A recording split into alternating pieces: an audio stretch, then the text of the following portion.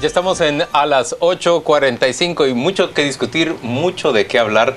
Y a ver, en este último programa que Paola y yo hacemos antes de la Nochebuena, antes de la Navidad, hemos invitado a Roberto González Díaz Durán. Él es aspirante a la presidencia de la República, es precandidato del partido Creo, para conversar con él respecto de toda esta actividad política, por supuesto, de lo que él ha hecho en busca de seguidores, de votantes, de afiliados, podemos decirle de diferentes maneras, pero también conversar sobre lo que ocurre en el país en estos últimos días. Bienvenido, gracias por acompañarnos. Muchísimas gracias, Paola, y muchísimas gracias, Juan Luis. Honrado de estar aquí con ustedes. Bienvenido.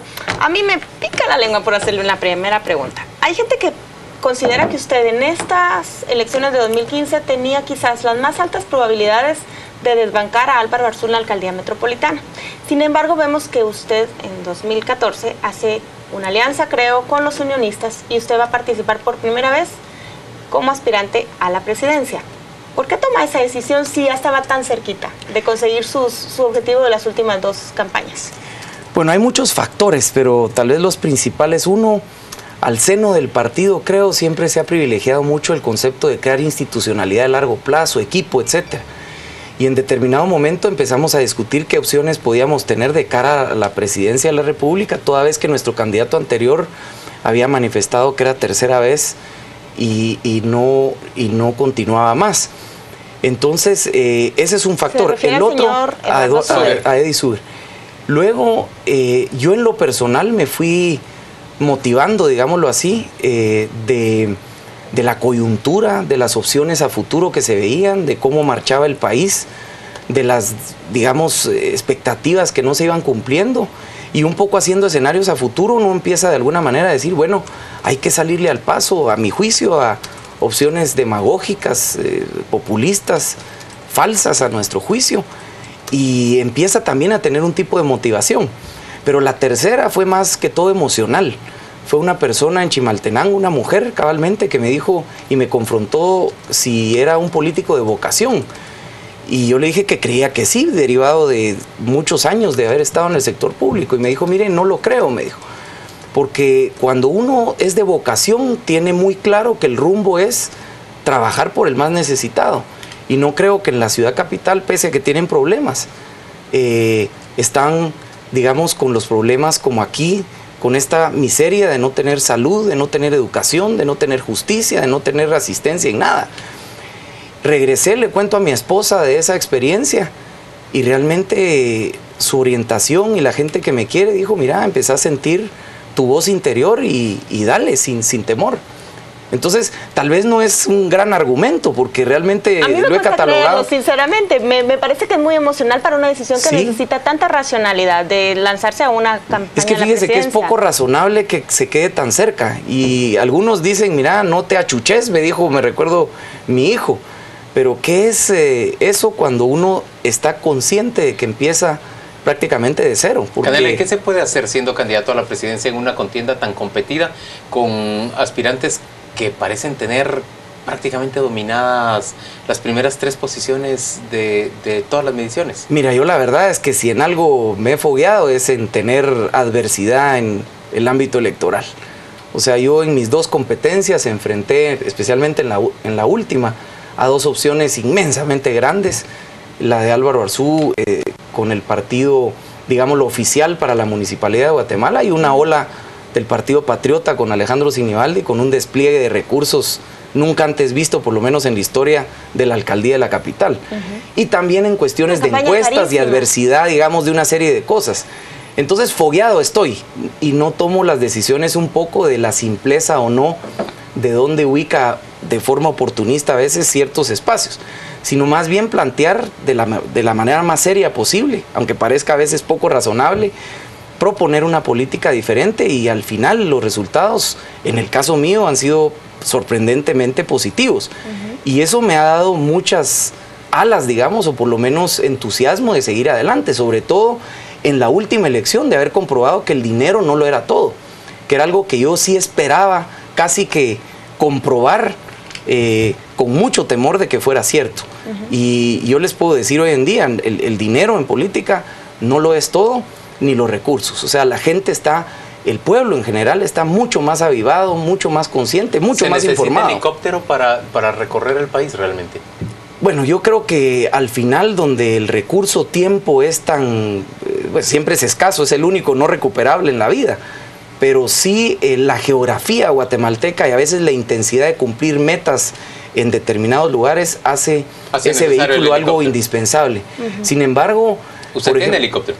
No, yo no tengo helicóptero. ¿Y le prestan helicóptero? Me prestan en algunos casos, le dan a uno a veces horas de helicóptero, pero me las trato de guardar. Por ejemplo, si uno va a regresar a la capital a las 4 o 5 de la tarde un domingo, prefiero mejor incluso aprovechar y venirse en un carro y no gastárselo cuando la comodidad no es precisamente la prioridad. Roberto, y uno sí se las busca para cuando realmente se necesite. En la campaña de la alcaldía pasada, Alejandro Sinibaldi era su principal contendiente y ofrecían diferentes propuestas para el electorado. Sí. Era una diferencia entre Alejandro Sinibaldi. Pero en esta campaña, algunos analistas tienden ya a agruparlos a ustedes en el lado proempresarial y que usted va a disputarle votos a él. ¿Cuál cree que usted que va a ser su diferenciador?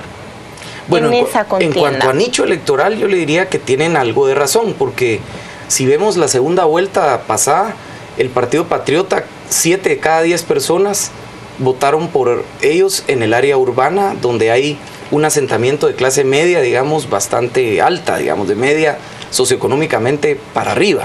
Ajá. Entonces es una, más que hipótesis, es una reflexión que se hace de que el Partido Patriota, en este caso más como de derecha, más conservador para los electores en aquella época, evidentemente tienen un sustituto. Creo también estuvo en ese nicho digamos, de mercado electoral. Y efectivamente compite fuertemente el Patriota, o creo, con el Patriota o viceversa. Ahora, ahí juega digamos, una dinámica a favor nuestra, porque el desgaste de gobierno fuertemente, especialmente por los escándalos de corrupción que han habido en una población que es mayoritariamente más informada, acelera esa, digamos, esa orfandad electoral de parte de aquellos que votaron por esa opción y buscan otras. Entonces, eso es algo real en nuestro análisis. Creemos nosotros, pero ¿crees volviendo... realmente que le afecta a Sinibaldi, por ejemplo, la discusión sobre lo que ha ocurrido en Brasil, absolutamente. El documento que se hizo absolutamente público, que le afecta también la negociación con Valdizón de la integración de las Cortes y del presupuesto? Y tú lo has mencionado varios hechos, pero realmente si uno lo ve en un ciclo de tiempo, los últimos 4 meses, digámoslo así, ha sido una campaña billonaria, anticipada, pero de desmanes y de errores, y eso cuenta.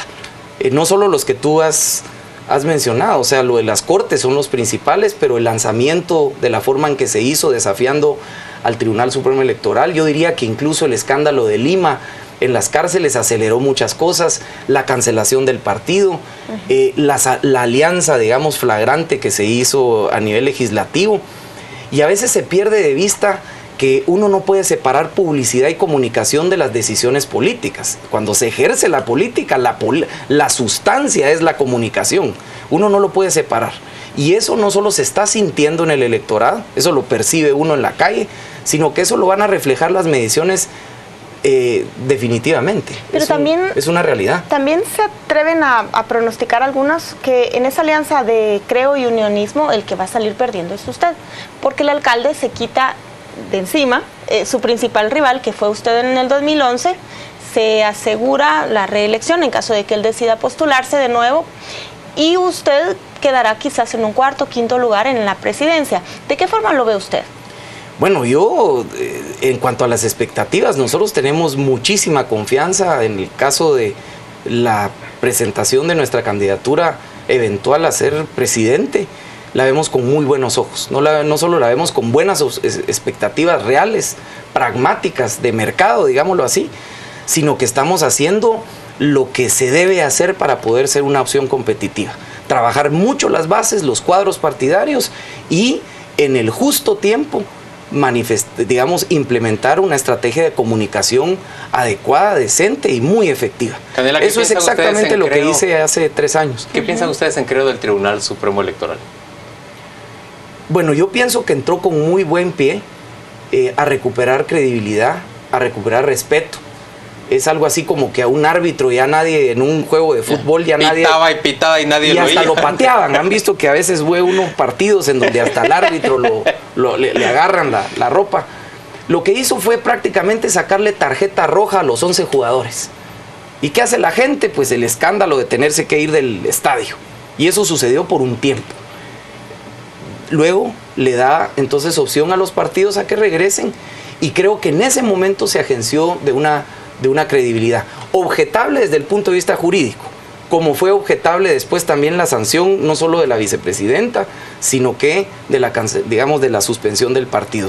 Tienen de alguna manera fragilidades, si lo queremos ver así, o objeciones de carácter legal. Pero no estarías Sin embargo, de acuerdo con que la vicepresidenta siguiera siendo secretaria general, ¿o sí? No, yo en el fondo creo que un vicepresidente tiene puesta la banda nacional del país, y por genuinidad, por honra, digamos, por principio, debe prescindir de predilecciones partidarias e incluso visibles. Es obvio que en los países democráticos, pues obviamente gobiernan y hay partidos oficiales, pero se respeta, digamos, la predilección de medios, y se propicia la democracia de esa forma, porque uno espera que representen la unidad nacional. Entonces yo, en ese sentido, no estoy de acuerdo que participen, y debe haber un decoro, debe haber un pudor en ese sentido, que es el que no vimos en el caso de la vicepresidenta. ¿Y potenciales alianzas? ¿Las ve usted o es muy temprano para hablar de eso? No, honestamente, yo en lo personal soy muy poco dado, digamos, a pensar que, digamos, pegar con tape, digamos, distintas instituciones, si no hay cosas de fondo, no dan resultado, no tienen sentido. Por eso nosotros, en el caso de la decisión que hemos tomado con el Partido Unionista de unirnos, estamos haciendo esfuerzos importantes en congeniar planes, visiones. Hemos identificado que tenemos, digamos, en nuestra ideología, no solo de filosofía económica, sino que de filosofía política, muchas coincidencias, y estamos tratando de hacer un manifiesto conjunto, incluso de ver, digamos, de darnos la oportunidad de ver con buenos ojos el que después de esta experiencia electoral podamos fortalecer una sola institución a futuro, que es de alguna manera lo que también propiciaría la democracia, no tener cada quien sus vehículos, digamos, y Canela, que sean solo muchísimo coyunturales. más de qué hablar, pero se nos ha terminado el tiempo. Hagamos un compromiso. El presidente de la República va a estar con nosotros en la primera semana hábil del año. Sí. Inmediatamente después de la presencia del presidente aquí, a las 8:45, me encantaría hacer una ronda, invitar a Sandra Torres, a Alejandro Sinibaldi, a Manuel Valdizón, y conversar en torno a en qué estado se encuentra el país. Claro. ¿Cuáles son las condiciones en las que los aspirantes van a ver a la nación rumbo en ese proceso electoral en el que pues ya estamos todos imbuidos? Pues cuenta Gracias. conmigo, Juan Luis. Gracias por Extraordinario estar acompañarnos aquí en enero. Vamos a la pausa en este momento. Gracias, y de inmediato Pablo. lo que ya, la información de los deportes.